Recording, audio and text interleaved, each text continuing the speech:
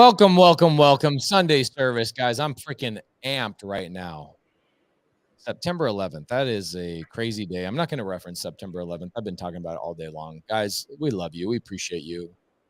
Shout out to everybody that lost somebody. Our country is the freaking best on the planet. Let's move forward. I had this thought today, bro. I was at Target with my daughter. Mm-hmm. And she was like, I want this and I want that. I want this. And I had this really weird thing that popped in my head. And it was, I shouldn't be buying her everything she wants. She shouldn't get everything she wants.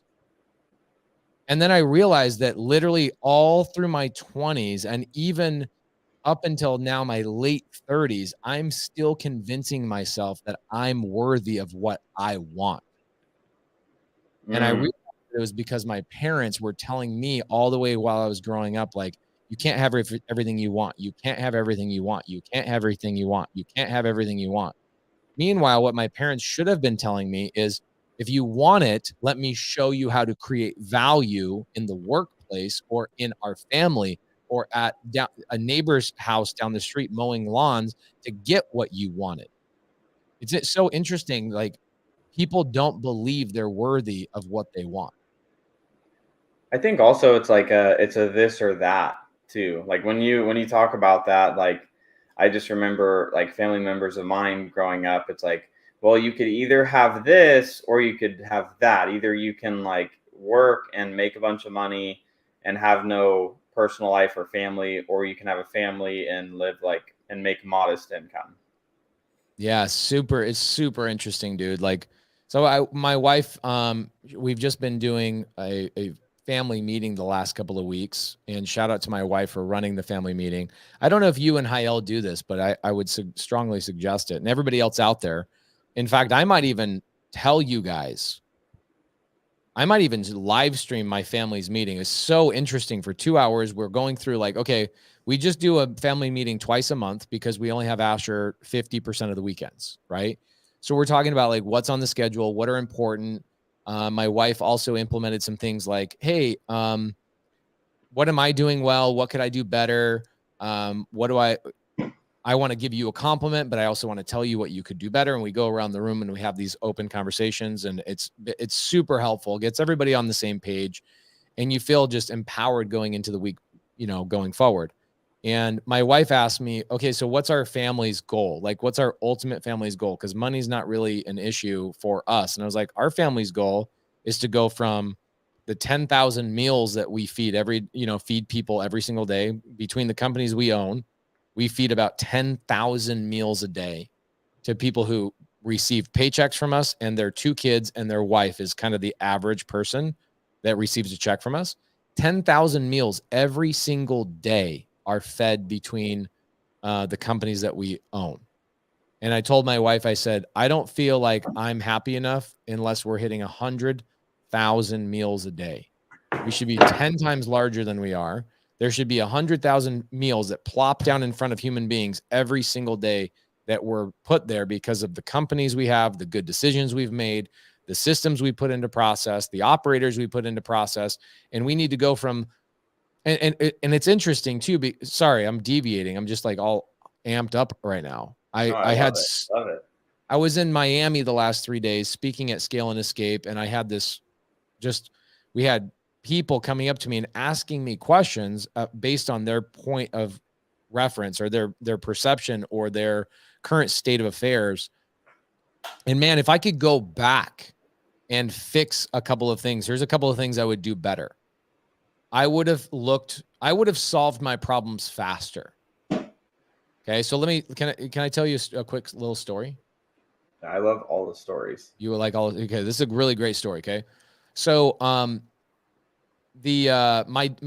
parents we grew up with 12 kids in our house. Okay. Everybody, we had 12 kids in our house. So 14 people lived in my parents' house at some point in our family's history. It was about 4-year window where 14 people lived in my parents' house. Okay. Same mom and dad, 12 biological children, no adoptions. My mom is a saint for having 12 children. She had like 4 or 5 miscarriages. So she's just a saint, dude. Like, she just went through it, And my dad could never afford to buy a house with his credit and what his income was from his 9-to-5 job. My dad was a CFO. My dad was a CPA. My dad was all the financial stuff. And you know how much they make. They make anywhere between $60,000 to $150,000. Yep. And so if you need to buy a house that fits 14 people, you're going to have a really freaking hard time buying a house with your current credit and your credentials and your W-2 and all of those types of things. So my dad, as long as I could remember, my dad was always buying houses subject to seller finance or lease option, did a ton of lease options. And that's how he bought everything. Literally, he would just call people. This is a tip, by the way. Somebody says, this topic of the day is how to go get your first creative finance deal. Well, we did that actually 3 weeks ago. So I think this is a redundant topic, but no big deal. I'll give you the answer right now. My dad just went to the for rent and he called people on for rent and he says, hey, I'm looking for a house for my family. Would you be open to doing something on like a rent to own or a seller finance situation, or maybe even let me take over your existing payments, which is called subject to? And that's how my dad bought every house. Okay.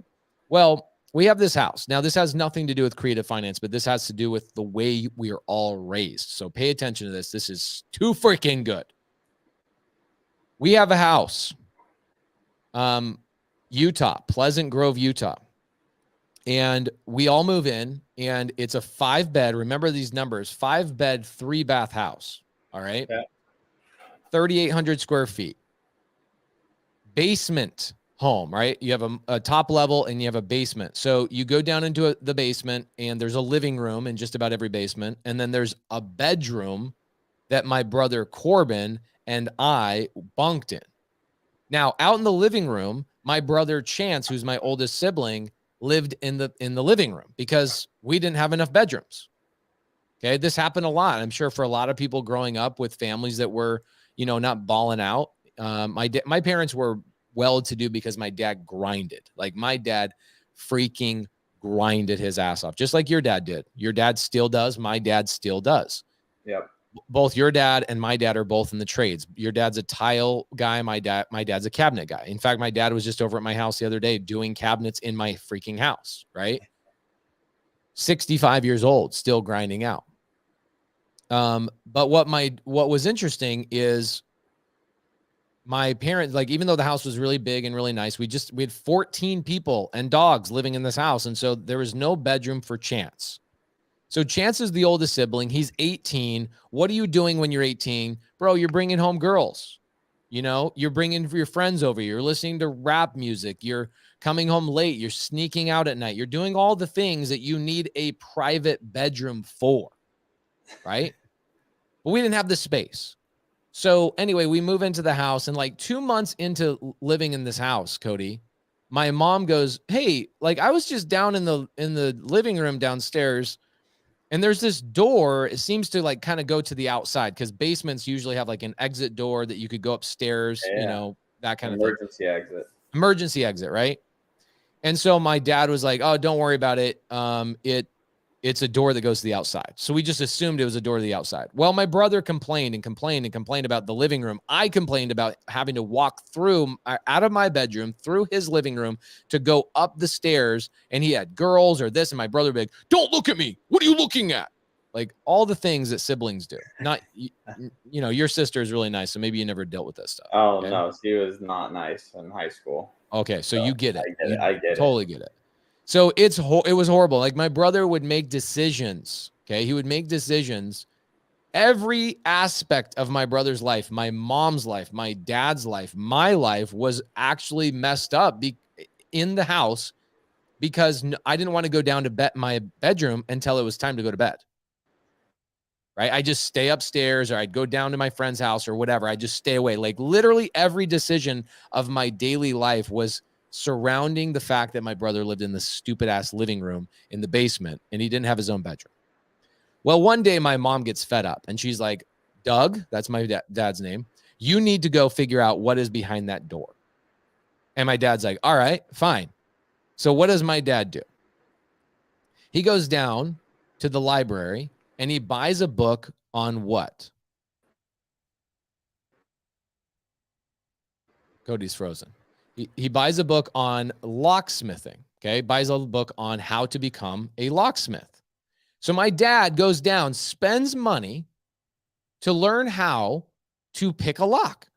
But he takes that book and he comes home, and then he opens the book after he's home, and it then tells him, you need to go and get the tools that you need to unlock the door. So my dad's like, oh, damn. So now he's taking gas, time, energy, etc., to go down to the hardware store to pick up these tools. So now he's spent like over $100 at this point, right?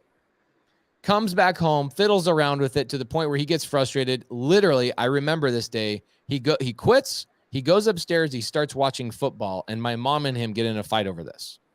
Okay. So they get in a fight over this. And Damien, I'm in Australia. Is it possible to get a subject to deals from here? First and foremost, why do you live in Australia? Just come to the greatest country on earth, bro. Just come over here. Come do deals over here. Just do virtual deals, okay? So my dad goes upstairs. They get in a fight, whatever. Here's what my dad's solution was. He literally built a bookshelf in front of the door and started filling other books on that bookshelf that he also was not completing. And it filled up and it covered the door to the point where nobody freaking ever asked my dad about this door ever again. Okay. Now think about this. Do you guys have other situations in your life just like this? Right? There's a problem. There's something that you're navigating around, whether it's like, I need to make an extra $5,000. I need to fix my car. My wife has a car that doesn't have air conditioning in the back seat for my kids. I need to get a better vehicle, or I need dental insurance, or I need this, or there's a leaky faucet in my this or that. Like there's so many little teeny little decisions that people are navigating around on a daily basis. And instead of just solving the damn problem and moving on with their lives, what they do is they constantly, I'm one of these people, I'm sure you are, you can relate to this. You self-sabotage yourself, because if you fixed all your problems, then what the hell would you complain about? You know what I'm saying? Like, as human beings coming from the way our parents were raised, like we almost seek out things to complain about and then hold on to them like a warm blanket. Like, oh my gosh, these issues and problems. This is why I'm not successful. This is why I'm not crushing it. And you hold these things tight to you instead of just solving the damn problem. In fact, you will go out of your way and build a bookcase over the door. And you'll even go spend the money on the thing like a book or the tool, but you literally give up as you're just fiddling with it. You reach one moment of frustration and you quit and you go back to your same bullshit. Okay. Okay. I'm Kenneth Lazard. Is zero down possible? Kenneth, go look at the YouTube channel, bro. We have literally 1,000 videos on the YouTube channel. Guys, go watch the YouTube videos, all right? Go watch the YouTube videos. Homeboy's trying to tell you a story right now, okay? Kenneth doesn't know I'm trying to solve his biggest problem. So there's an end to this story that is so magnificent, okay? So my dad never solves the problem with this door, never, right? We move out of the house. Fast forward to July 4th of 2022, this year. This story comes to culminates. It comes to a culmination. It comes to an end. So I'm in front of this house doing a story on my YouTube about how my dad bought the house behind me with creative finance. And I'm like, hey, I lived here 22 years ago. That was my bedroom. That house, that bed thing down there, blah, blah, blah, blah, blah.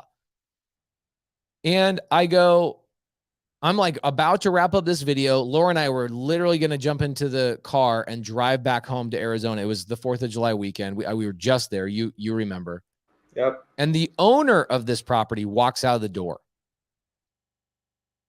And she comes up to me and she says, excuse me. And I turn around and I'm like, oh my gosh, I'm so sorry. I'm just making a video. I used to live here. And she goes, oh, you're Pace Morby. I follow your YouTube. Oh my God. I was like, oh my gosh. Wow. Okay, cool. So we're having this conversation. And my wife walks up and she goes, hey, is everything okay? Like now I'm in this conversation with her. And she goes, actually, I was just going to ask Pace if he wants a tour of the house. And I'm like, all right, this is going to be cool. Right? I go in there, bro. It's a time capsule. It's a time, like nothing's changed in this house. But then we go downstairs and we go into this living room area. And she goes, yeah, I go, what was the square footage on this house again? I had 14 people in my family living in this house at one point. And she's like, wow, 14 people in a 6-bed, 4-bath house. Remember the numbers I told you at the very beginning? Yeah, 5-bed, 3-bath. Okay. So I go, no, it's a 5-bed, 3-bath. And she's like, no, it's 6 bedrooms. I go, okay, so you guys did do a renovation. She goes, no, we did nothing to the house. You did nothing to the house. Wait, no, you added a bedroom. My brother lived in this living room down here. She's like, why would your brother live in the living room? There's a door right here to a bedroom. We lived in that house, bro, for 2 years, not knowing that there was a bedroom behind that locked door. Oh my God. Okay. So what's so funny, this is so funny how other people live their damn lives, including me. And at 40 years old, I'm still working on mentality stuff. You are working on mentality stuff. Mental game is the biggest piece. Like, I'm a victim. This is all the things, right? Yep. So my dad, Mr. Blue Collar, I'm going to do it myself. I'm going to buy the book and go do the tools, but literally do none of the work. Meanwhile, my dad's the hardest working guy on the planet that I personally know. He works harder than me. Okay. Does your dad work pretty damn hard, Cody? Oh, yeah. He has for a lot of years. Okay. My dad has a problem with delegation, letting other people do anything other than him.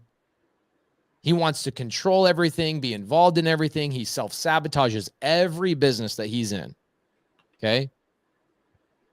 And I look at this and I go, the door was locked to the lady. And she goes, yeah, it was locked. I go, how'd you open it? She goes, we hired a locksmith. What kind of question is that? What kind of question is that? So fast forward. Okay. Fast forward. 3 weeks ago, I have a guest stay in my guest house. Okay. My guest house is secluded from the rest of my house. It's like off. They're not even attached, right? They're completely separate. And so this guest stays at the guest house. They're going around being a tourist around Arizona. They're driving one of my cars and they come back at night and they go, Pace. Okay. Pace, I'm locked out of the guest house. And I'm like, damn. So I'm like, it's 8:00 at night. All right, no problem. So Cody, what do you think I did? Called a locksmith? No, I went down and bought a book on how to become a locksmith. Of course, I called a locksmith, guys. I called a damn locksmith. When you have a problem in your life, just hire a locksmith. So here's what happened. So the first locksmith shows up. Obviously, by the way I say that, a second locksmith's going to show up. Mm-hmm. What I did is, as that first locksmith was showing up, I wasn't sure he was going to show up because it was late at night. Okay. It was late at night. So what I did is I go, all right, I'm going to text a couple of people I know and say, hey, I'm East Valley, got this problem. I need a locksmith. Anybody know a locksmith that can do this? Okay. And it's Saturday. And our locksmith, Udi, doesn't work Saturdays because he's Jewish. Yep. So I'm like reaching out to non-Jewish locksmiths. And what's ironic about locksmiths and Jewish people? It's just like Taiwanese people have the corner, like they have the corner market on like nail salons. Yeah. Jewish people have the corner market on freaking locksmithing. I don't know what it is. And then they ironically will not work on Saturdays, which is the number one day that people freaking get locked out of their cars and do stupid stuff, right? So here's what happens. I don't buy a locksmithing book, guys. I don't buy a locksmithing book. I hire a locksmith. Now, the first locksmith that shows up was not a referral of mine. It was somebody I went out and found on my own because I was in an urgent situation. So the first person shows up and they go, wow, man, these locks are really challenging. These are really hard. You got an expensive set of door handles here. These are the most expensive. Let me run back to my truck and let me give you a quote. And I'm like, all right, I see what he's doing here. He's doing the old wholesale trick. Let me call my boss, type of thing. Anchoring you. Just anchoring me. Okay. Laura Smith says, why do you not have a spare key? Because Laura, I don't freaking manage my guest house. What? We live in a gated community. What do I need to lock a freaking guest house for? You go through the garage door. I don't know where the key is. There's a longer story to it that we don't need to go into. Okay. Where the key is and all that kind of stuff. We know where the key was, but our previous guest took the keys home with them. So I get a locksmith, comes over, and before he comes back to me and gives me the price, one of my buddies texts me. He goes, dude, I've got a solid locksmith. He can be there in 15 minutes. I go, all right, cool. So I got a backup plan, right? So the locksmith meanders over, the first guy, and he says, all right, man, these, like I said, man, these are really, really tough. There's going to be a lot of, he's anchoring.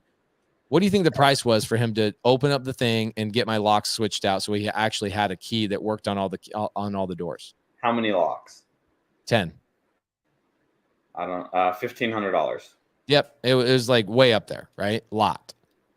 Jeez. And I'm like, nah, dog, I'm good. Like, I'm not spending that on my guest house. Like, I could literally give that $1,500 to somebody. I'm good. Like, I'll just tell the person who took my keys 2 weeks ago home to Nashville, I'll tell them to just overnight it. It won't cost me any money, right? And he goes, fine. All right, suit yourself. And my guest, by the way, is in my kitchen in the main house waiting for me to solve this problem. So I've got this external pressure trying to get me to solve this problem. Okay. So what do? I text this other locksmith. They come over literally 15 minutes later. Why? Because they were a referral. That's the lesson inside the lesson. This is a babushka doll. Every time you're getting multiple lessons. I'm just unfolding multiple lessons here. Okay. So that is a side point. Okay. Referrals are always going to be better than you just going online, right? Homeboy comes over. How much do you think the second person tried to charge me? Same thing for all 10? The cost for all 10 doors was $45, and they were done in 15 minutes. And the first words that were out of their mouth were, I love these door handles. They're the easiest in the business. Oh my gosh. Okay. So anyway, that person gives us here's something that's interesting. Now, here's the third lesson. So the first lesson is don't just hire a locksmith. You guys have a problem in your life? Hire a locksmith. Okay. Stop trying to do everything your damn self. This is the reason why you don't go from making 30 grand a year to 100,000 a year. It's why you don't go from 100,000 a year to $1 million a year, is because you're not delegating properly and you're holding too many things to your chest. You can't grow. Okay. Nobody goes to Elon Musk and goes, man, you're a billionaire because you know how to put tires on your Teslas. He's like, no, I hired somebody for that. Right? Like, he has people that work for him and do the things. So of course I hired the damn locksmith. Second lesson, get referrals, right? Be part of a community, people you can text, people you can trust. The thing that's really interesting is the blue collar side of me. This is the blue collar side of me, Cody, is I was going to drill out the lock myself because I was like, I'm not going to call a locksmith. I'm going to drill the lock out myself. And I was thinking, because I've got my drills. This isn't my guest house. My guest house has all my tools. You've been over my house. So I'm like, oh, I know the solution. I'm just going to be a bull in a china shop because that's what I learned from my dad. Just do it yourself, figure it out. And essentially I played this out in my mind that if I drilled the lock I would have gotten into the house within 30, 45 minutes, but it'd have shrapnel of metal shreddings everywhere, right? And it would have been a mess, and it was already late at night. And by the time my guest got into their room, I wouldn't have a door. Like, I wouldn't have a lockable door, and I didn't want them to feel unsafe or uncertain because now I just had a locksmith over at the house. So I'm like, I'm not going to do this. I'm just going to pay the freaking guy. So I, even at the age of 40, this is the biggest lesson of it all. Watching my dad build a freaking bookshelf in front of his problem instead of just solving the problem and paying somebody to solve the problem made such a big impression on me that it showed up 23 years later in a glimpse of a moment, and I had to fight myself not to be that asshole. So you have to look at your life and go, where am I having to dismantle everything that I thought that I made decisions on my own? I have not made any decisions on my own. My religious teachers, my scout teachers, my mom, bless her heart, my dad, bless his heart, my friends, everybody in my circle, the people I hang out with are who made me who I am. It's literally like 5% of who you are today is who you were born as. The rest of it is your environment and the people you're surrounding yourself with, people who are encouraging you, giving you good habits, bad habits, whatever.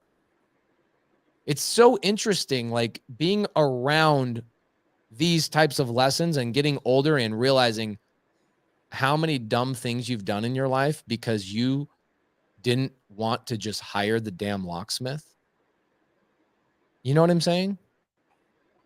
Oh yeah. And I think one of the things too, and it was in the book Who Not How, was if you have money to solve a problem, you don't have a problem. But yet so many of us try to take on the role of locksmith or carpenter, contractor, all of those things in our life just because we can do it. I like what you just said there. If you have a problem and you have money, you don't have a problem. That's so good. It's so good. And most of us come from the blue collar world, right? Our parents worked really hard, 9 to 5. They're not out, on Nantucket Island or whatever, sipping, tea and all that kind of stuff and chilling. Like, that's not our childhood. Our childhood is very different. Like, you and I went out on job sites all day long. Job sites, coupons at home. Don't turn on the lights at certain times of the day. Keep the AC up at certain times of the day. Don't use the washer or dryer unless it's at night. Like all those things. It's also like for me, and guys, we'll get into some Q&A. Sorry for the first 30 minutes. I had to go off about this, but I'm so all sorts of passionate about it. I told somebody the other day in South Carolina, I was speaking at an event, and this guy comes up to me. Literally, this is the greatest layup answer of all time. He says, Pace, I'm struggling and I don't know why. I'm struggling and I don't know why. And so it's just at a meetup, right? He's not a student of mine. We're at a meetup. And he's sitting down. I'm standing up and I'm looking down on him over his shoulder. And he's got his hands out. And I notice he's got a tattoo on his right forearm. Tattoos are dope. Like, I've wanted to get a tattoo multiple times in my life. There's nothing, I'm not criticizing tattoos. But what I've learned about tattoos is that they are a physical manifestation of the people that you hang out with. If you are like, nobody goes out and gets a tattoo that's never seen a tattoo before. You saw a tattoo, you thought it was cool, you came up with one on your own. Your heroes, your friends. So like 95% of people I ask this question to, why'd you get that tattoo? They're like, I thought it was cool. I go, no. Why did you get that tattoo? Let's dig into it. 95% of people are like, well, my friends have got tattoos. I go, ding, ding, ding. You win. So your friends are getting tattoos. What's interesting is that shows up physically on your body. Okay. What about the things that your friends are impressioning on your brain that are not showing up on your physical being, but are showing up in every aspect of your life? the way you treat your wife, the way you treat your parents, or not your parents, but your partner, the way you treat your finances, the way you solve your problems, whether you read the locksmith book and buy the tools but don't do shit, or if you just go, I'm hiring a locksmith. Those things are non-physical, right? You can't see, I'm sorry, you don't see the optics. You don't see them. And you don't believe that they're there. But I told him, I said, the problem is the people you're hanging out with. I go, who's the most successful person you know as a friend? Somebody you can call on, they'll pick up the phone and they have a nickname for you. Like, hey, knucklehead. Hey, dude. Hey, bro. Hey, guy. Hey, champ. Don't call people champ, by the way. Unless you're 50 years older than them, don't call them champ, bud, pal, or any of that stuff. Say, do you have any? He goes, no, I don't. I go, that's your problem.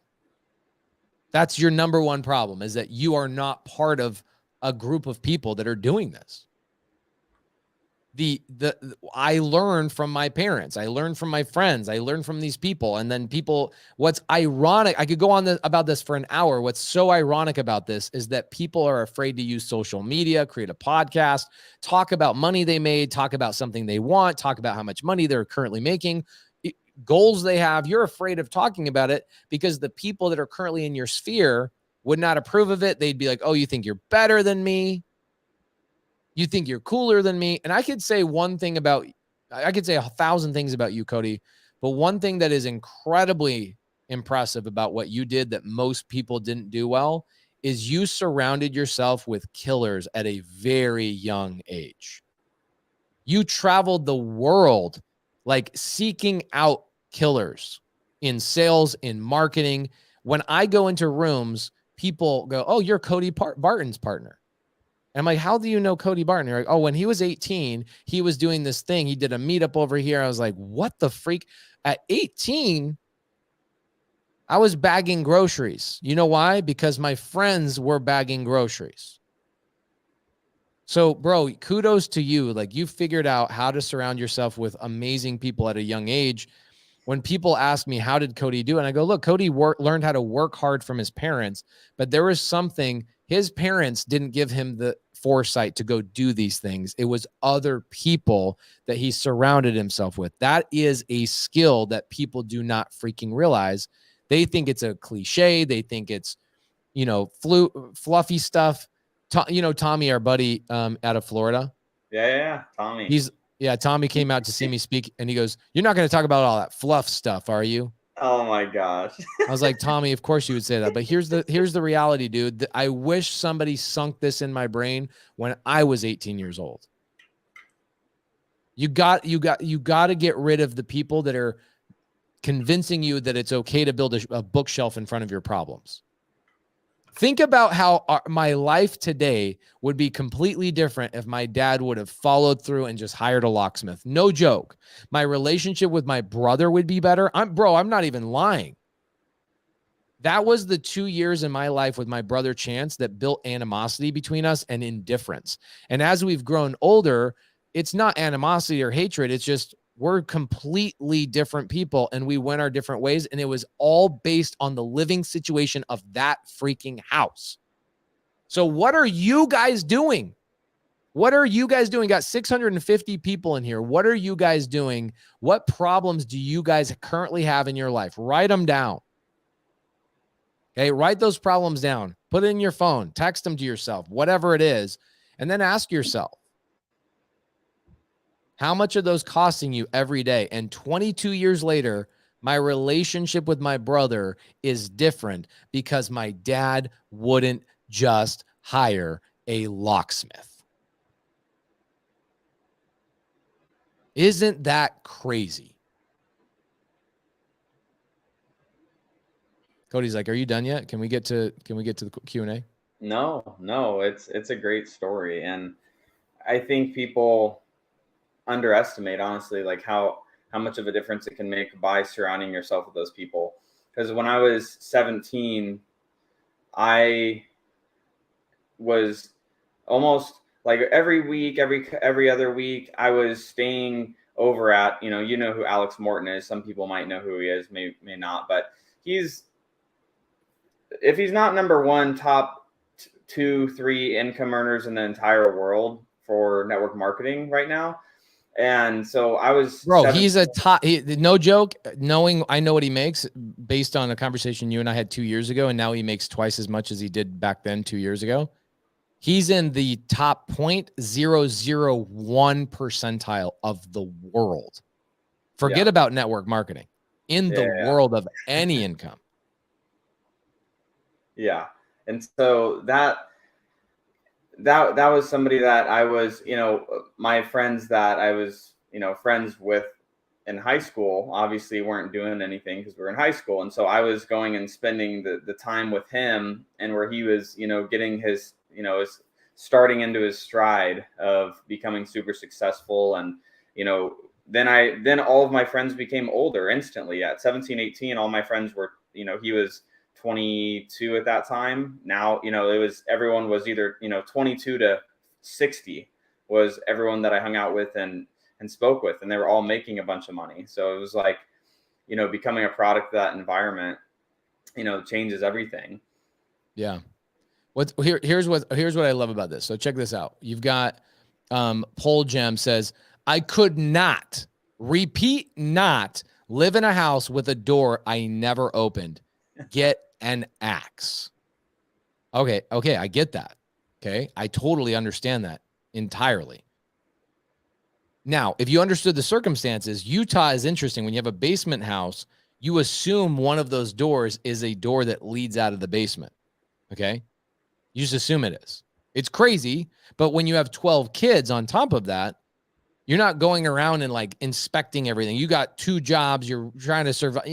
My parents bought 144 eggs a week and 12 gallons of milk a week. My dad was living a different life than most people were. So I'll give him credit there. But the interesting thing is that Pole Gem says, I could not, repeat not, live in a house with a door that I never opened to get an axe. However, I'm sure you have problems, me included, that I do not take the same fervor or energy towards those problems in the direct parallel of taking an axe to those problems and kicking the damn problem to the ground.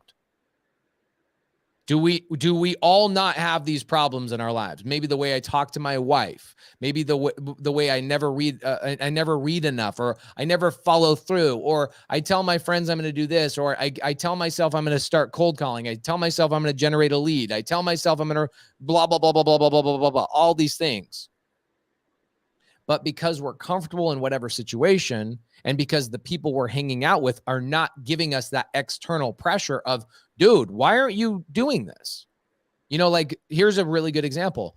Somebody asked me about 4 months ago, why did you and Cody start getting into title and escrow businesses? What was such a great idea? Why was that an idea that popped up? I go, bro, that was not an idea. That was watching somebody else in our friend group going and starting title and escrow businesses, giving us physical permission. They never called us and said, yo, go start a title company. It was them doing it. And because we spent a lot of time with them, we were pulled in the gravitational pull of that person's life. And we looked at each other and go, think we should start a title company? We're like, yeah, I guess that's what we're supposed to do. That's how this happens.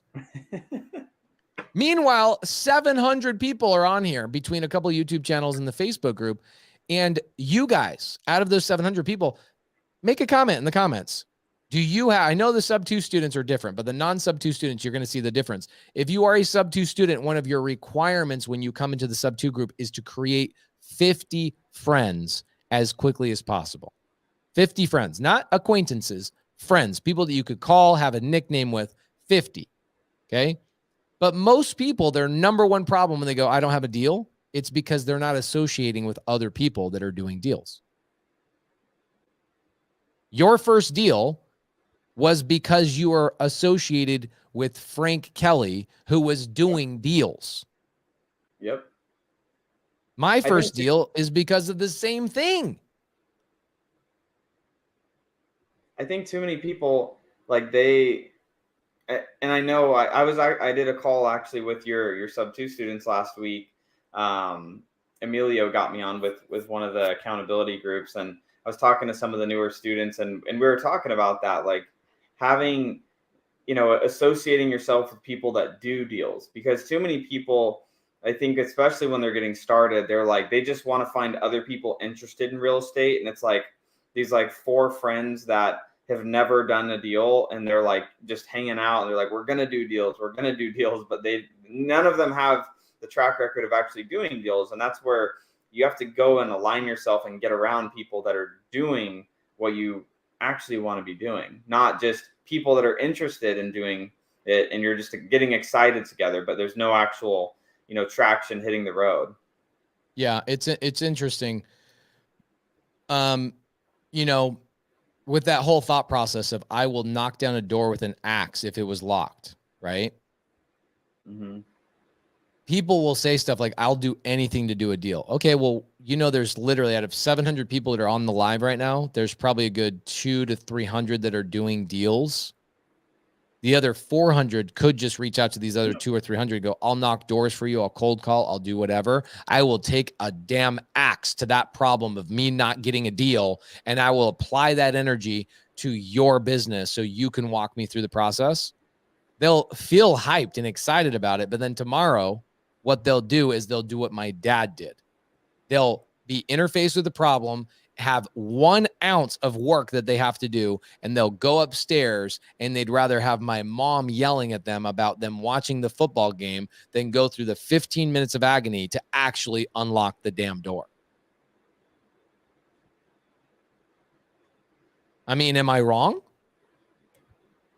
Super. I mean, this is stuff that, like, it's such a simple concept, but the way that you share the story, it's like, hopefully this is hitting people, just like blowing their mind open of all the nonsense that they're spending time on a day-to-day basis, and just, doing the thing of like, buy the locksmith book and like learn how to do all of the things.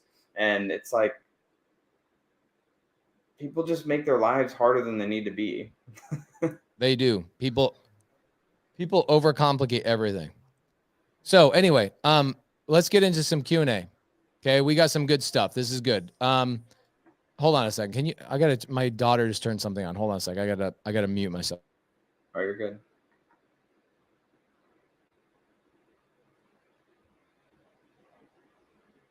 All right. All right, I'm back. All right, so Kelly Ray.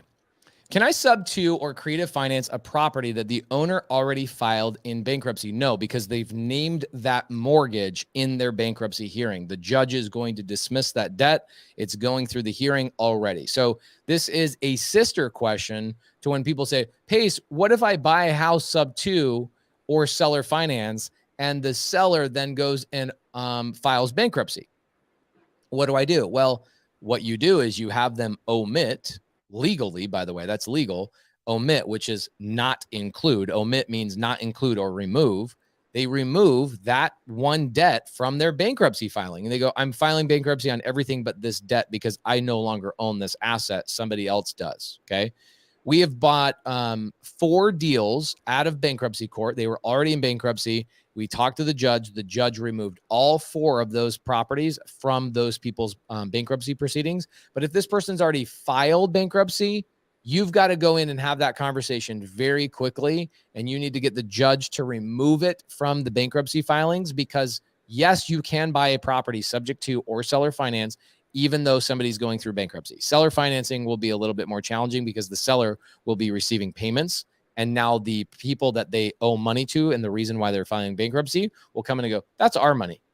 Okay. But you can still do it. Absolutely. Okay. Great question. Really great question. Which one of y'all going to lend me money to attend a workshop? This is great. Guys, workshops should be free. Go to real estate investor meetups. They're free. Type in like whatever city you're in, not financial advice. Type in your city and real estate meetup, and you'll find like 15 meetups every single month. Christopher Deal. Pace, can you put a clause in a wrap note that gives you as the note holder, the first right of refusal to refi the note for the buyer? Absolutely. It is not a strategy that I typically use, but it sounds really cool and unique. A couple of our friends use them. Eric Sage uses them, but it is such a rare situation that you would even want to do this. But yes, you can literally put anything you want in a wrap note. You can even say that that person is required as part of your payments to walk your dog once a week. As long as it's an enforceable thing, you can write whatever you want in a note. Okay. Just FYI. Jennifer Bonner says, recently realized that my husband and I are introverted homebodies and we do most everything together, including work. We are not averaging up. You are 100% not. Oh, I like that. You are not averaging up. I want to grab this one because introverted homebodies. Shout out to my other introverted homebodies. Damn, that's a really good one. Averaging up. I love that. I'm writing that down. So Jennifer, this is one of the things that I did because I was the same type of person where I didn't really love going to the meetups and like networking events. Like I don't, like the small talk of like, hey, like, it's nice weather today. Good to meet you. Like, that stuff that people want to, say to me when I'm talking to them at meetups. Like, I don't thrive in that environment. And so one of the things that I did was I wanted to establish relationships. So what I did instead was I joined all the Facebook groups around things that I was, trying to learn about, and then would find people that are actively posting, doing deals, direct messaging them, trying to establish a relationship, through Facebook, through Instagram with people, and seeing how we could exchange value, getting on the phone with them, having conversations. So that was one way. That's a free way. Anybody can do that. The second way is, and this is a paid way, which is going to masterminds. Because if you pay to go to a mastermind, there's other people that have paid to be there. And it's likely that you'll find some people in the room that you're going to be able to mesh with. You can pay to go to, conferences. Bro, it ain't likely. It's 100% guarantee. Have you ever been to a mastermind that you felt like like even a really bad mastermind I've been to, I'm like, I got my money back. Yeah, there's always at least like one or two people that I'm like, all right, like those are good relationships to hold for the future, even though I will never come back to this particular event or whatnot. Yes. For sure. And it's like, I see that as like currency. It's like relationship currency, going to like masterminds and going to these events and like establishing a couple new relationships and identifying like, okay, these are a couple people I want to continue, talking with. I'm going to set up, additional conversations with them and find ways that we can maybe exchange value, find things that I could help them with potentially. That's how you can do that. And you can still be a homebody. And when you're at the mastermind or the specific conference, it's a lot easier because you're there for that specific conference. It's not like a general just networking event. So hopefully that helps with that. That's how I do it. And I thrive a lot better in that type of environment. Cody, change your microphone settings on your laptop. It's been on your laptop, I think, the whole time. Oh man. It's all good. Okay. Dude, real estate pace, new student here. Oh my gosh, dude. I'm telling you, this is the most action-packed week we've ever done in Sub 2 ever. We have 26 support calls this week. 26. 26. One of them multifamily, bringing in an attorney on another one. Daily dial, nightly dial. I'm doing for myself. By the way, Atlanta meetup. If you are a Sub 2 student or an Astro student, Sub 2 Astro meetup Friday night, Atlanta, Georgia. Write that down. Where is it happening? I don't know. It's happening in Atlanta, 5 to 8 p.m. this Friday. I'm going to say that again. This Friday, Atlanta, Georgia, 5 to 8 p.m. It's a meetup. It's not a real estate seminar. It's not a mastermind. There's no money exchanging, except the last time we did an Atlanta meetup, I spent nearly $8,000 of my money to buy food, drinks, and rent out a building. Okay? So if you guys are anywhere near Atlanta on Friday night, come see Jamil and myself. My wife, my kids are going to be there. We will have last time we were in Atlanta, we had 380 people show up to a free meetup. No, it's not streamed. Unfortunately, Peggy, I'm very sorry. Okay. Friday night, 5 to 8 p.m. Pace, where is it? I don't know yet. We're working on that. We will let you know. Follow my stories. Obviously, Sub 2 students, I'll see you 5 times this week. Alonzo Franco. Alonzo, I would love to have a conversation with you about this. It's really interesting how people they follow me, but they don't follow me enough to know the update. Guys, the TV show has extended from a 5-month series. Alonzo, pay attention. Everybody pay attention. The TV show, season 2 of Triple Digit Flip on A&E has gone from a 5-month recording session to a 10-month recording session. I have been filming season 2 of Triple Digit Flip for 10 months. Everything has changed. My speaking engagements, our mastermind got changed. Whether my wife and I were going to try and get pregnant this year changed. And also when we were going to go to Tacoma also changed. Okay. We are working on it. I do not know when it's going to happen. I'm in communication with Robin Hurt, who is the person there. We're actually, I think, putting her on payroll in the meantime because I want her to stay super involved. And by the way, if you guys have never done your first deal, we have a challenge. The Elephant Challenge is starting back up on September 22nd, September 23rd, and September 24th. That's in 2 weeks. Okay, so you got to go to pacejmorby .com. I don't know. Why does our team use pacejmorby, Cody? Do you know why? I don't know what they're doing with that. Here, I'll post it in the comment section here. Give me a sec. I'm like, why? We have pacemorby.com. Why are we using pacejmorby? It's almost like to punch me in the face. This is make it harder. We're doing the locksmith thing. We're building a bookshelf in front of the door rather than just getting it done right. You know, I love it. So great.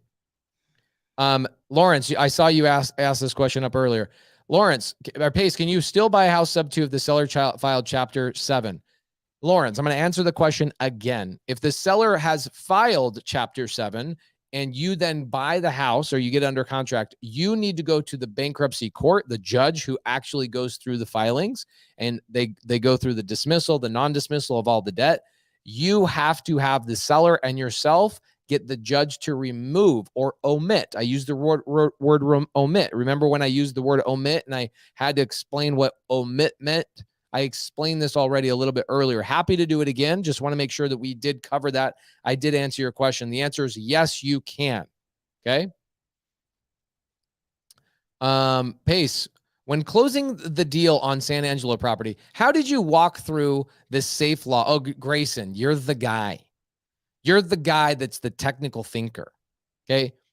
The safe laws. Grayson, come on the show. I want to have a conversation with you. I'm going to invite you on here. Okay. Grayson, I'm giving you the link in the side chat. It's going to be streamyard.com/whatever. We're going to be on here for another 37 minutes. If you guys have a question you want to ask us directly, get your butt on here. We'll answer like 5 or 6 questions live. I'm giving you the link in the side chat, streamyard.com/ a bunch of mumbly jumblies. Okay. Joel, here's the funny thing about Joel. Joel is such an engineer brain. He will get sucked into any new information, even if it doesn't pertain to him. I love it. Grayson, get up here. I want to have a conversation with you about that whole entire thing. How to do my first fix and flip. Easiest question I'll ever answer for you. Victor, where do you live? Find a wholesaler that's doing, you don't even have to find the deal. Victor, come on here. Let's have a conversation. I'd love to talk to you about your problem. Okay. Hey, Ella Ray, how you doing?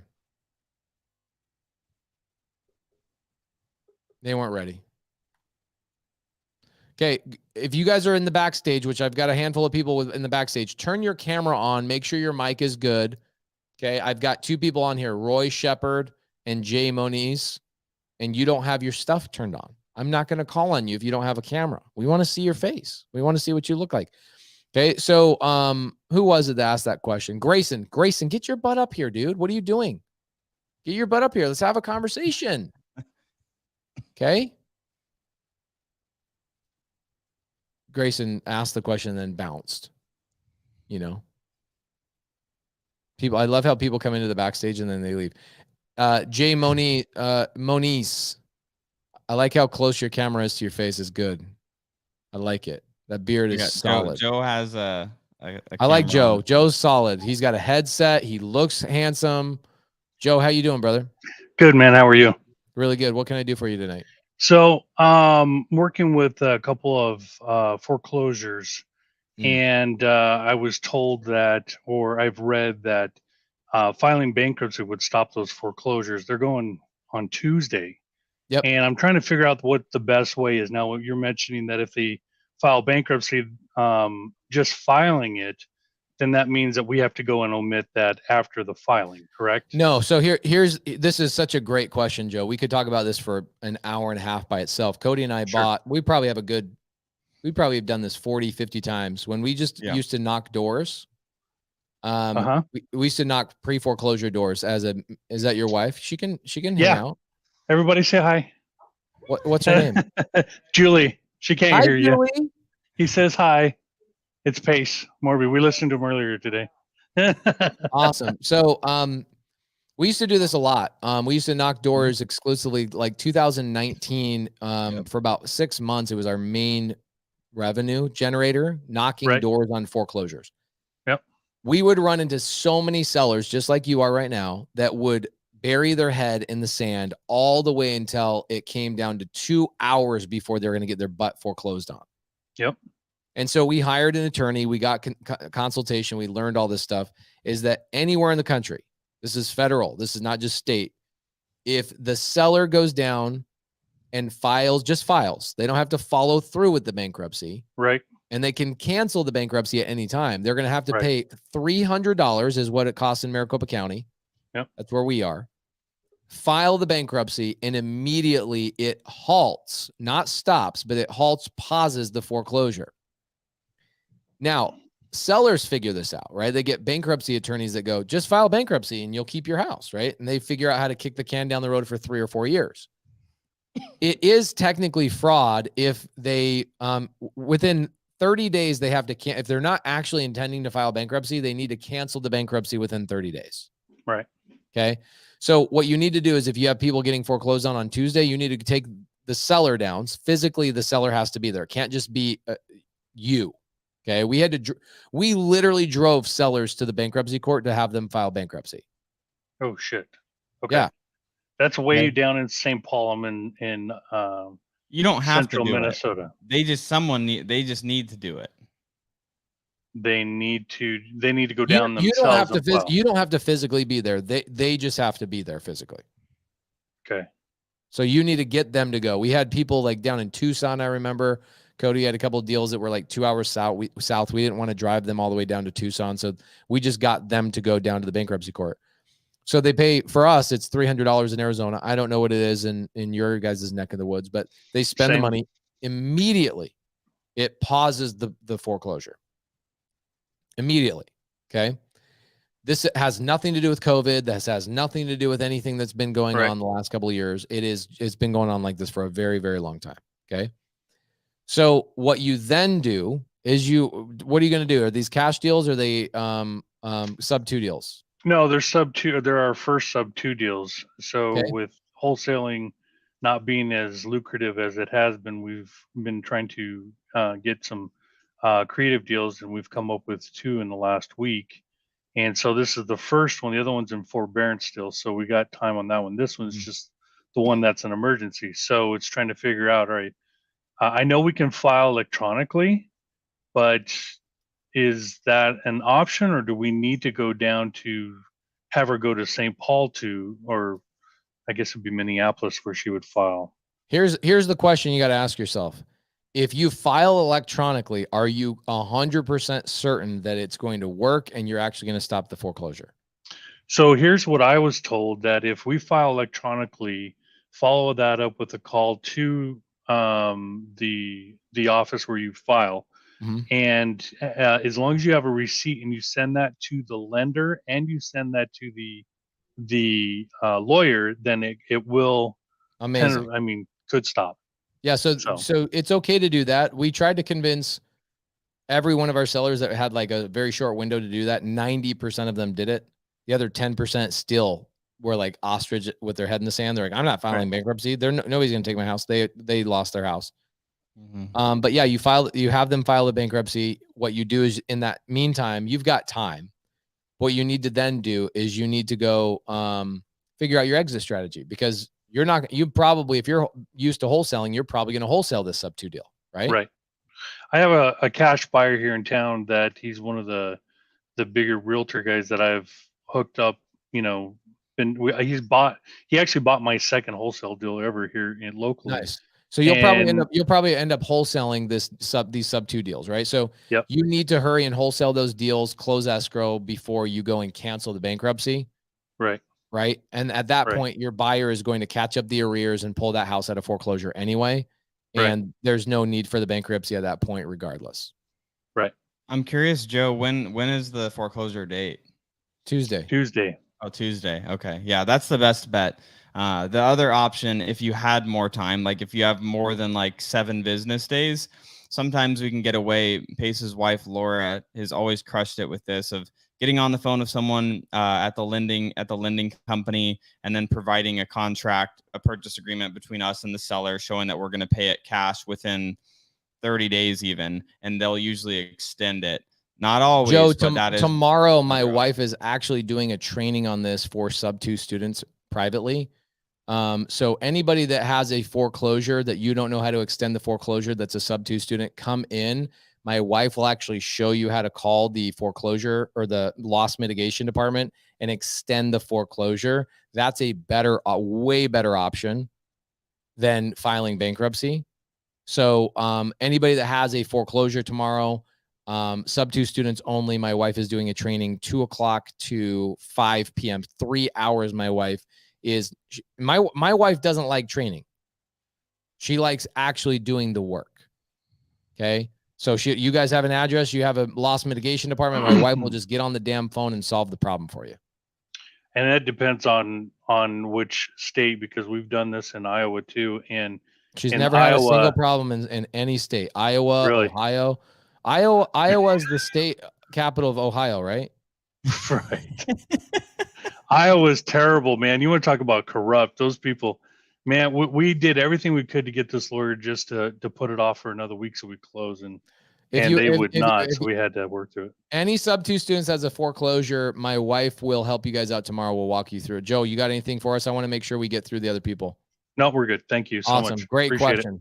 I love that you have a headset. I love that you turn your camera on. I freaking love that. Thank you, Joe. My pleasure. Okay. Wow. Really a lot of stuff. Hey, how do I find a cash buyer for a deal I found on Privy? Oh my gosh. Really? Oh my gosh. How is that? What, guys? What? Huh? Watch how easy this is. Okay. I'll show you how easy it is to find. You already have the address. You have the address of the deal you found on Privy.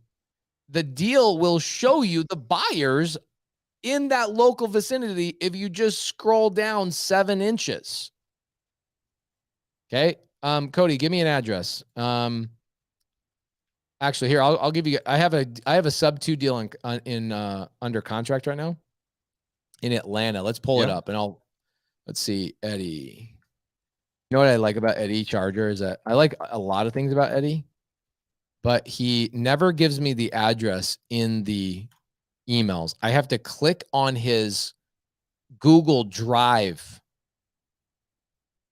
I have to click on his Google Drive thing and then, or the Google Images, and then I can look at the Google Images that gives me the address. I'm like, Eddie, why are you making me work so hard, dog? Come on. Don't make me work so hard. All right, so let me show you guys how easy this is. Don't use Google Drive. Yeah, that is correct. All right, so I'm on Privy, guys. For any of you guys that don't have Privy, it's we actually show you guys how to use this in my wife and my training, which is that elephant challenge thing we're doing. Cody, will you drop that link in the side chat for people so they can sign up for this challenge? I'll show you guys how to do this. So this is a sub 2 deal that I just got under contract. Look how cute this thing is, by the way. Is this thing hella cute or what? The cutest. It's cute, you guys. Okay. All right. So check this out, guys. This is a knucklehead question because watch how fast we'll find a buyer. 1857 Meadow Lane, Decatur, Georgia. All right. So that's the address. You can see it right here. Here's the address. Let's pull it up. Watch how fast this is. Okay. I'm going to click on this address and then boom, here's the buyers right here. These are closed deals that buyers flipped right here. This is my subject property. These are houses that other people already sold. Other fix and flippers sold these properties directly underneath the house that you quote unquote found on Privy. These houses right here, you just click on them. The ones that have already sold. Oh, 1999 Willow Way. I own a house on Willow Way. Hold on, I gotta see how close is my Willow Way house to this. 1931 Willow Way. Holy crap. 1931 Willow Way. I have a house literally. Let's see, where's the Willow Way? Let's see. While you're pulling that up, Z Binks, I just posted a video where I talk about exactly how to find and talk to cash buyers on my YouTube. I have like 4 videos on it. Pace probably has 40. I mean, there's a lot of resources for you for free there. Yeah, this buyer right here, this person bought this house, they flipped this house. This is your buyer. The owner of this property, the person that sold this property in April is your buyer. And by the way, literally, I have a house on Willow Way, 4 houses away from the comp. Atlanta's so great. Guys, Privy is really easy to use. We teach you how to use Privy in the Elephant Challenge, how to find buyers, how to find deals. It's a 3-day challenge. It's super easy. On like the 4th or 5th day of the challenge that we did last time, we did a 2-week challenge, realized it doesn't need to be 2 weeks long. We changed it to 3. On like the 4th or 5th day, some lady comes in. I can't remember her name. She's super nice. She's like, when are you going to sell us something? When are you going to sell us something? I'm like, we're not selling you anything. We just want to grow our Facebook group. We want to help people find cash deals. So we're not trying to sell anything. We want to grow our Facebook group. And honestly, the main thing is I want my sub 2 students to be able to help you guys in the free Facebook group. Okay. And we ended up having 1,243 people submit their first offer. Grayson, what knucklehead did you talk to in Texas that is overthinking and overeducating you on safe laws? By the way, safe laws don't come into act when you're a single individual investor unless you've done over 4 deals in the same year. So I had read that in the because the United States had passed that law, but whenever I had read into the Texas laws, they had not mentioned that one. I had read the first 2, but I had not seen that the Texas laws were under 5. So if you can do that as a single individual investor under 5, then it shouldn't pertain, right? It does not pertain. Safe laws do not pertain to anybody unless you're an institution, and you become an institution after your 5th deal in 1 year. So you can do those years, and then the next year you can do them all over again. Most people are not wrapping that many deals. You live in Texas, which is probably why wrap is appealing to you. Wraps are really not that appealing outside. For me, the only state I would ever wrap in is either Arizona or in Texas. Arizona, because we buy a lot of deals here. Texas, because your guys' property taxes are stupid. Like it's ridiculous. People are like, oh, we have no state income tax. I'm like, yeah, but your guys' property taxes are like Connecticut property taxes. Yeah, it's not even fair down here. It's crazy. Thank you very much. I mean, that was super nice. Yeah. So when you're wrapping a deal in Texas, the San Angelo deal, by the way, he didn't create a wrap, right? He created a note, which is actually 2 different things. Okay. So the seller owns that property free and clear, the one in San Angelo. So he created a single note. It's in first position. When you say a wrap, that means there's 2 positions being sold to the buyer that are literally, Grayson, the word wrap is literal. It means you're wrapping the first position and the second position in one deal, and your buyer doesn't know there's 2 underlying mortgages. They only know it as one because they make 1 payment to you, not 2, because you wrapped 2 deals together. Does that make sense? It does. Yeah, that's good to know, because as you can clearly tell, this is mine and his first creative finance deal. Oh yeah, it's all good. I would you'll never have to worry about safe deals. What will typically happen for people that are the safe laws, people that will start doing a lot more wraps, you'll find that you won't do that many wraps because you'll realize that wraps are crap. That was easy to remember. I'll tell you why. Wraps are amazing. They're super powerful. But the thing that's bad about wraps is that as you scale and you build your business and your journey, you'll realize that wraps are temporary cash flow, right? The goal of business is to make money now and in the future. And wraps or selling things on seller finance is temporary cash flow. It will run out at some point. And I'm not in the business of planting money trees in my orchard that are going to die in 20 years. That's fair You know enough. what I'm saying? Yeah, absolutely. Well, hey, So thank go you, do Pace. it. I appreciate it. Go sell it on a wrap and make some money and then move on to a deal and then hold that bad boy. Do deals outside of Texas so you guys aren't sitting there with those property taxes eating you up. Thank you. Great question, though. Thank you. Let's get a woman on here. We've got a bunch of freaking grizzly men up here. Yo, Jackie, what up? Hi. Bring some femininity to this show right now, please. Well, we're just sitting here. We do tons of flips in Las Vegas. And as I'm sure you know, the Vegas market went down really fast.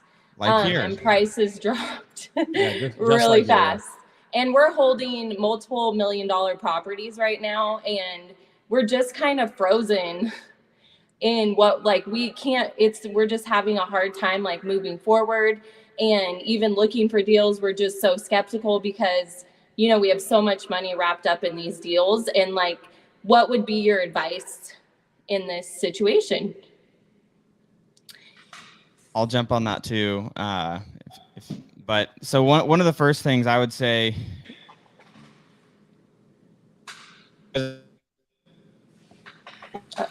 it's not you, Jackie. Right now, it's Cody. And it's Cody has similar. to like crank his computer. All of the his internet's so bad he's sitting there and cranking his computer. Bro, when's the Wi-Fi getting abolished and you have a hardwire, dog?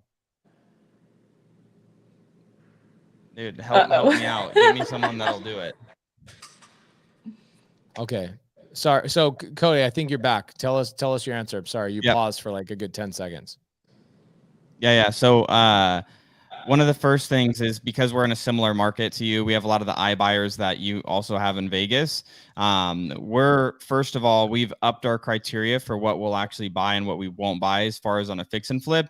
Our margin, we're looking for 15 to 20%, where before we were looking at being okay with 10% on a deal on fix and flips. The other thing that we're doing, we're only staying at the median and below. So I know you were saying you have, some luxury flips that you're doing. Obviously you have those, like, you got to finish those out. I would focus on getting those done as quickly as you can, getting those moved. But the lower end stuff is all we're really touching right now when it comes to flips. We aren't going to touch anything. It could be an amazing deal. We aren't going to touch it if it's above the median, because inventory, I'm sure, is probably similar where it's building significantly in Vegas like it is in Phoenix right now. I think there's about 11,000 houses now on the market. So yeah. So we went from 3,500 to 20,000. We had 3,500 in March of this year. We have 20,000 here now. So yeah, it was about 2,511 now. So yeah, it's been rough. And we actually finished all the properties. They're all in the market, but unfortunately we've had to price drop. And now, like, even with our investors, we're just having to break even. And we kind of know, like, moving forward, we just have to buy right. But it's just really stressful. It's hard not to just I don't want to give up, because we're way too far into it now to ever give up. But it's really rough during these times. And it's just nice to know that you guys are out there, and, like, I watch your stuff every day, and I'm just focusing more on finding the creative deals, Yeah, here's a couple pieces That's of what advice. we're doing. Go ahead, Cody. I was just going to say that's what we're doing as well. We're focusing more on what can we buy creatively, sub 2 seller carries that we're locking in long-term debt on. Any of the fix and flips, we have three properties right now that were fix and flips of ours that we were now going to be close to break even or making a very small profit on. And one of them we'd actually be losing money on. So we opted to turn all 3 of those into rentals right now. So we're going through refinancing into the, what are shitty interest rates right now. So we're just, eating it, and we're going to do that. So, we're feeling that as well, but we are focusing more on, like, the sub 2s and the seller carries. And when it comes to flips, we're still going to buy, but we just have to be stealing it. And there's going to be more of those opportunities as other flippers get out. The sellers that need the solution that you have will still be there. It's just going to become, it's just this weird lull. It's kind of like what I'm comparing this to a little bit is like when COVID first happened, like those first 3-4 months after COVID, everyone was like, do we even buy real estate? Like, is the world going to end? Like, what do we do right now? So that's what we're kind of looking at it, and on the acquisitions that we're doing in Phoenix. But Pace, I'd love to hear your thoughts as well. Okay, so many things I have to tell you that will not help you today. Okay, I will give you some things that will help you today, but here's number one. Write this down. It's going to hurt your feelings a little bit. Remember that flipping is not a business. It's a hobby. And what you guys did is you put your eggs into a hobby. And I see all these people like, I did 62 flips. I'm like, that's not impressive to me. Because flipping is one of the things that gets annihilated in a down market. And you make really stupid decisions in an up market, us included, Jackie. And we knew this last year. We were making really stupid decisions. We were making calculated, stupid decisions, meaning we would buy things knowing that we were buying close to what ARV was, knowing that by the time we finished this cash flip, that we would make 50 grand by the end because it was an 8-month project and the market was trending upwards, right? We knew that. And so that's the funny thing about flips is that you're making really dumb decisions like you're trading stocks. It's like, what's the market doing today? What are rates doing today? Right. And so you're making decisions. So in 5 years, 2 years, 6 months, whatever, the thing that stops that from happening is stop looking at yourself as a flipper. And look, you have to put an equation together where you go, we will flip every time we flip 3 houses, we need to hold 1. Okay. And here's the other reason why is I don't know what you guys will make, but you're doing a lot of flips. Okay. What would you guys say you could make in a year if the market didn't change like it did? What were you guys planning on making this year? Probably close to $1 million. Okay. But you know, what's great about you guys is that you didn't really make close to $1 million as a fix and flipper. You know what you really made as a fix and flipper?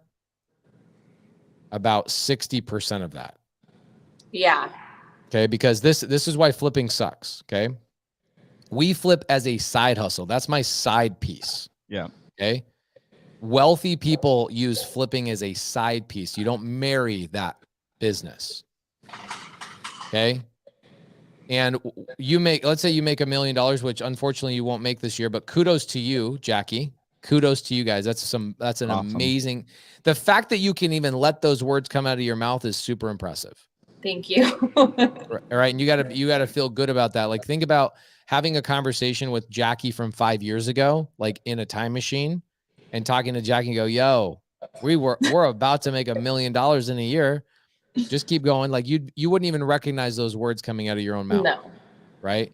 So be proud of yourself for that. That's worth billions of future income in my mind, because you guys have broken through hurdles and done all sorts of things that people can't even comprehend what you've gone through. Stress, anxiety, or like waking up early in the morning because you're worried about your projects. What am I going to say to my investors? How am I going to renegotiate this?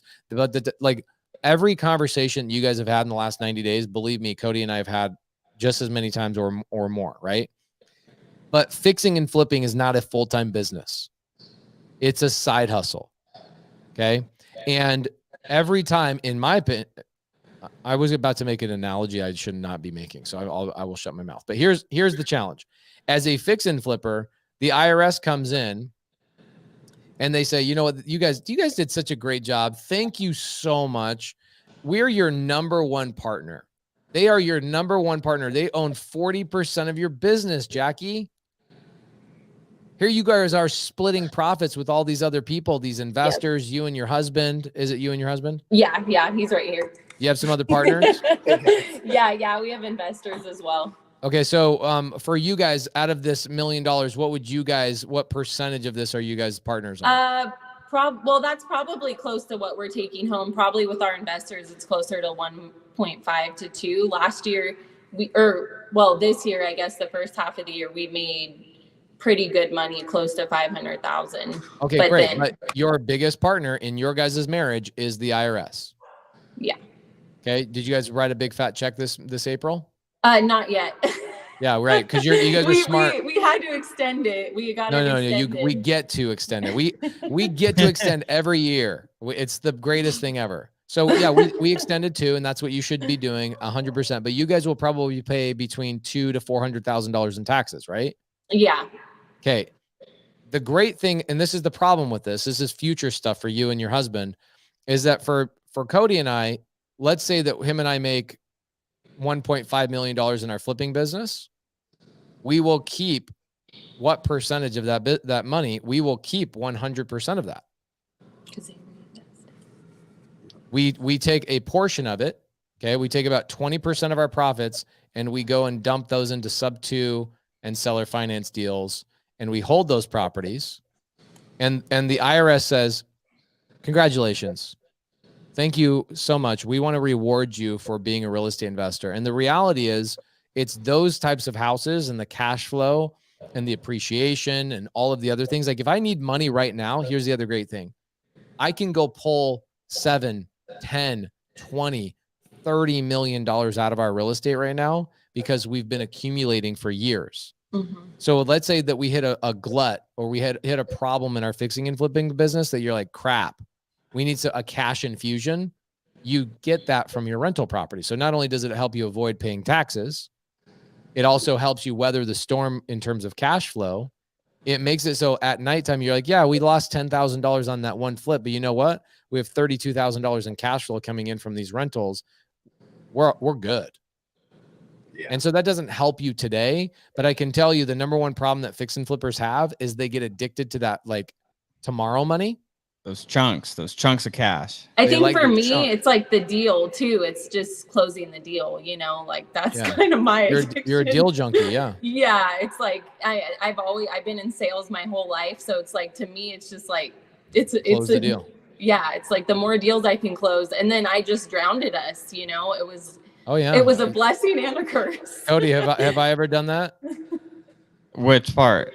Drowned us with deals really, really quickly because I was just like closing deals as fast as I could. One of the most stressful. You get one more deal, we're done. I'm like, I'm sorry. One of the most stressful times in my life was like fall of 2019 when we were like, there was like a couple dozen like creative finance deals that we were going to be holding while multiple flips are going on. Like we had, a couple $100,000 in construction, pay going out like every 2 weeks. And like, I thought I was going to develop an ulcer at 25. So I definitely can feel that. But now we have a bunch of those that we've been holding now for a few years and from before. So I'm curious, have you guys held on to anything or are you flipping everything? No, we haven't held anything. We're actually going to be relocating to North Atlanta, and we really wanted to focus on doing like subject twos there. And our main north, like Roswell, Alpharetta in Georgia. Okay. Yeah, so like just north of Atlanta. And that's where we really want to focus on buying more. Because here in Vegas, like Airbnb business, you can't really hold them. Jackie, yes, you can. I have Airbnbs in Vegas. Well, there's just so many laws now. Everybody has me freaked out about more red tape. There's more. You guys are moving to Georgia though, or you're? Yeah. We have 2 properties left that are on the market now, and we're just hopefully we have a couple offers on one that we have to review tomorrow, but we just have to get rid of these. Couple of things, okay? Do you guys, you and your husband come from a blue collar background? He does. Yeah, he was in power gen, like working on a power plant. Okay, and what about you? Sales always. Okay, and what'd your parents do? My dad was an entrepreneur. My mom was. It's crazy. Okay, did your dad ever build a big company and like outsource things to the point where he was only working like 1 or 2 days a week, or was your dad always working? He was always working. Okay, that's blue collar. Now, like white collar means I'm out of the business. I'm like, I don't need to be there. I've scaled something that I could go and take to an IPO. That's like white collar, right? Blue collar is like I'm working every day for my living. So the biggest challenge you're going to have is when you're a fix and flipper, you guys are turning a hobby into a full-time business, and you see what ultimately ends up happening.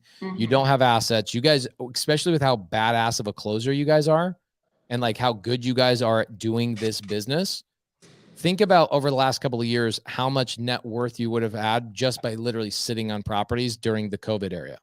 Yeah. Right now, the second thing is, why do you care where you buy property? Are you going to go and change the toilets? No. then why do you care if you're buying them in Atlanta versus Vegas or anywhere else? It doesn't. You're right. It doesn't matter. It doesn't matter. It really I can tell you doesn't. everything that I own.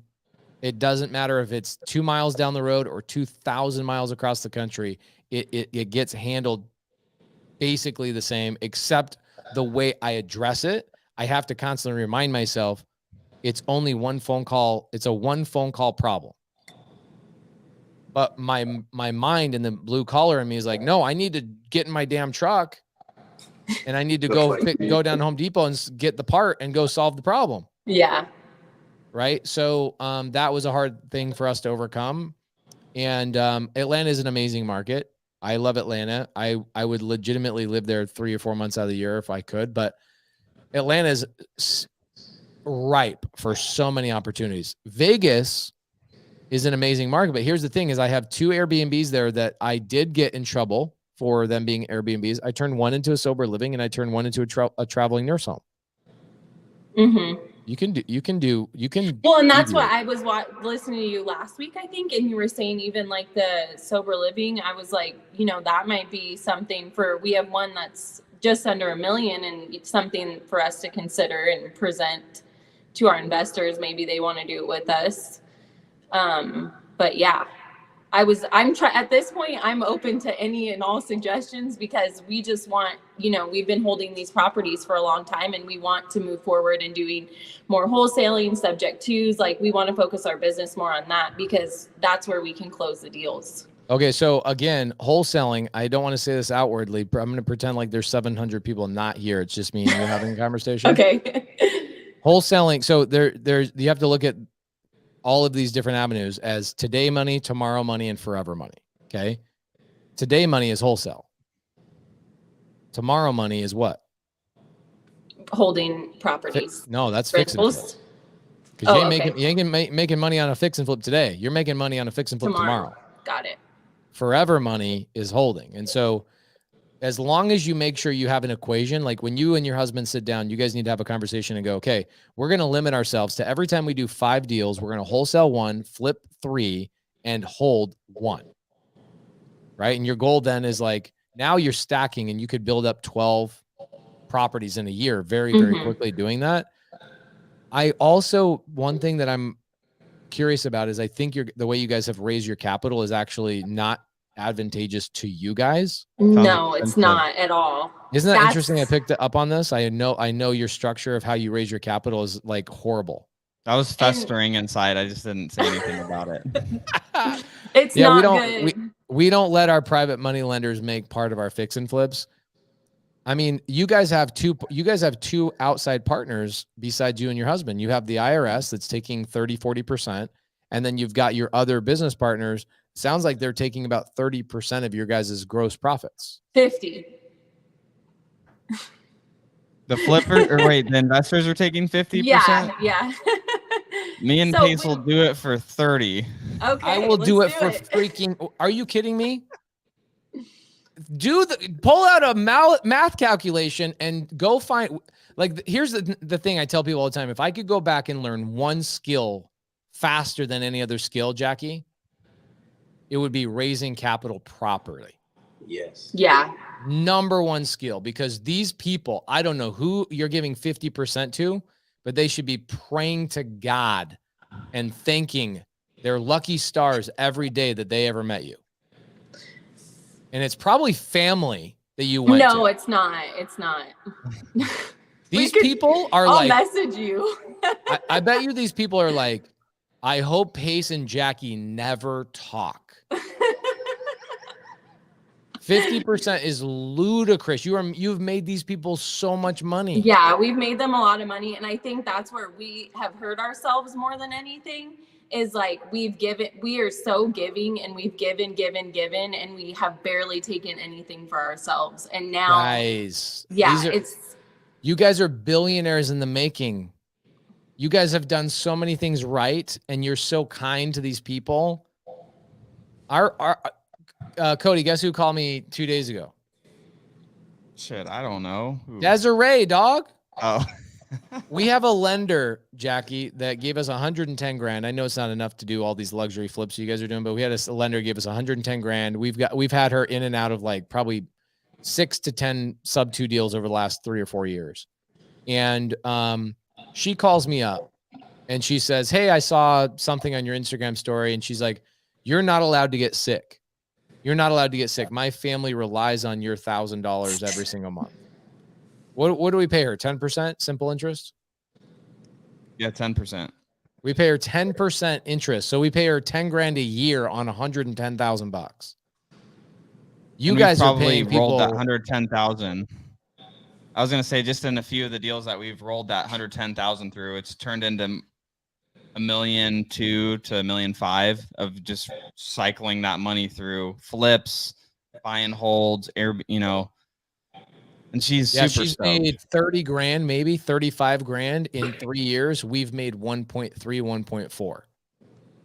You guys would have given somebody $600,000 with the same situation that we did with Desiree at $35,000.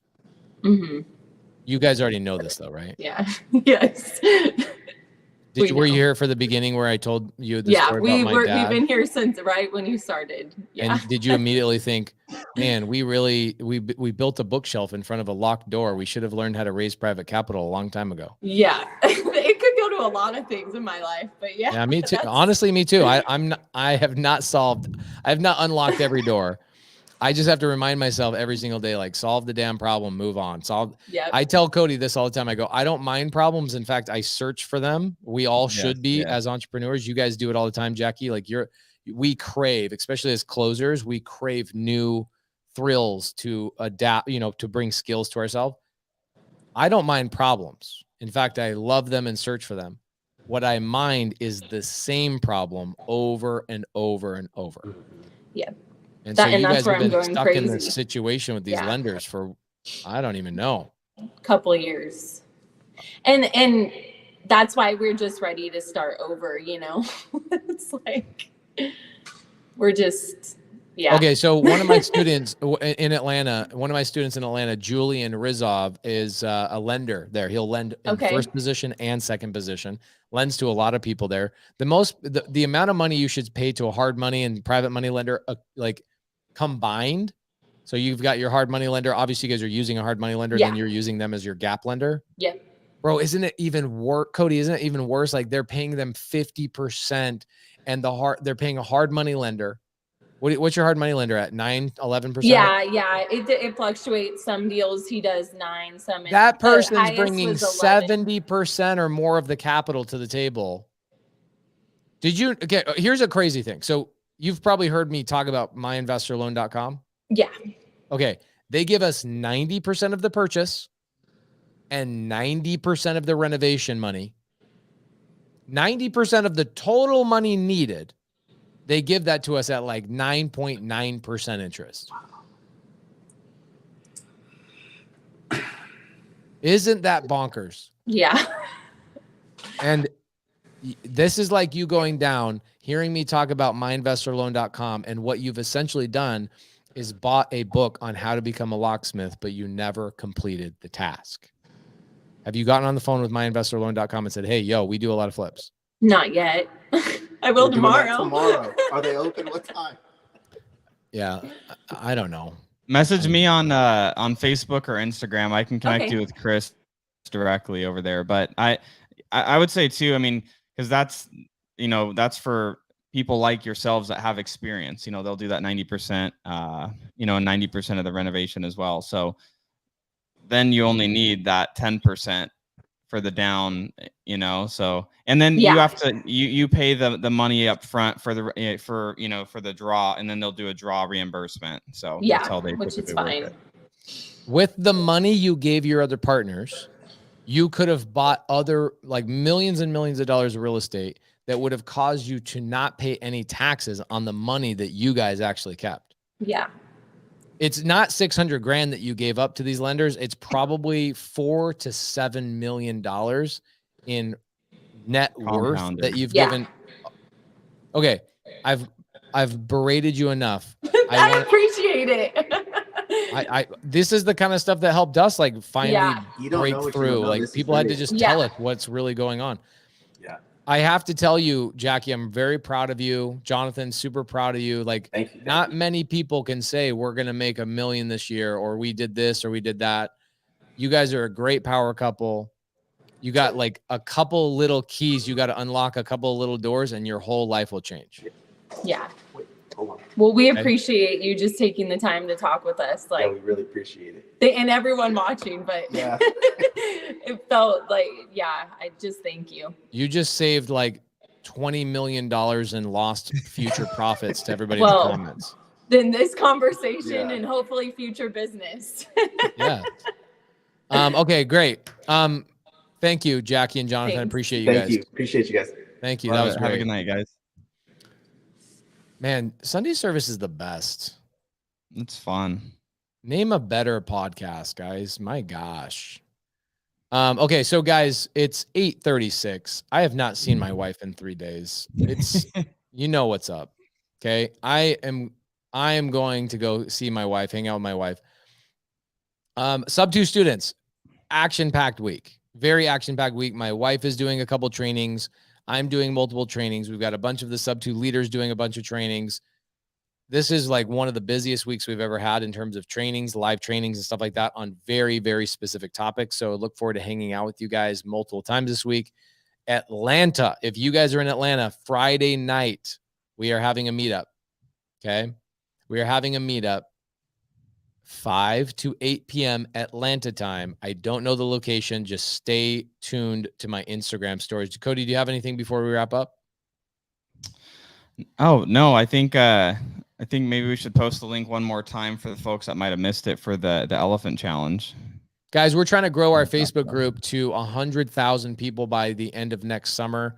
It's currently the largest creative finance real estate Facebook group on planet Earth. You have a lot of the Sub 2 students in there loving on the newer people. And we're just trying to grow the Facebook group. It's completely free. We're not trying to charge anything for it. And the way that we're doing that is we're running a free challenge every single month that shows you guys how to go out and get your first deal. My wife and I do it we're doing on September 22nd, 23rd, and 24th. Literally, it's what are we getting out of it? You guys come into our Facebook group. You join the Facebook group. We do deals together. Maybe you guys will even invest in some of our deals. Definitely not the way that Jackie and her husband are raising cap. We ain't paying you 50%. Okay. But our Facebook group is amazing. We've probably made millions of dollars in that Facebook group by doing deals with people. Our Sub 2 students, Astro students are doing a ton of deals in that Facebook group. We just want to grow it. We want to have the strongest. Honestly, I want the Sub 2 students to practice everything they're learning and bring it to you guys in the free Facebook group. We just want a bigger Facebook group. We want new blood. We want to keep it very, very active and grow 3, 5, 10,000 people every single month. So that challenge is completely free. September 22nd, 23rd, 24th. I run it myself with my wife. The link is in the side chat. Kelly Ray says, how can I be an Astro student? Go to astroflipping.com. I don't run Astro Flipping. It's not my thing. You won't be learning from me. You'll be learning from Jamil Damji. Okay. All right, guys, thank you so much. We'll see you guys next week. And if you guys are going to come into Wholesale Hotline tomorrow, I'll see you guys over at Wholesale Hotline tomorrow. Later.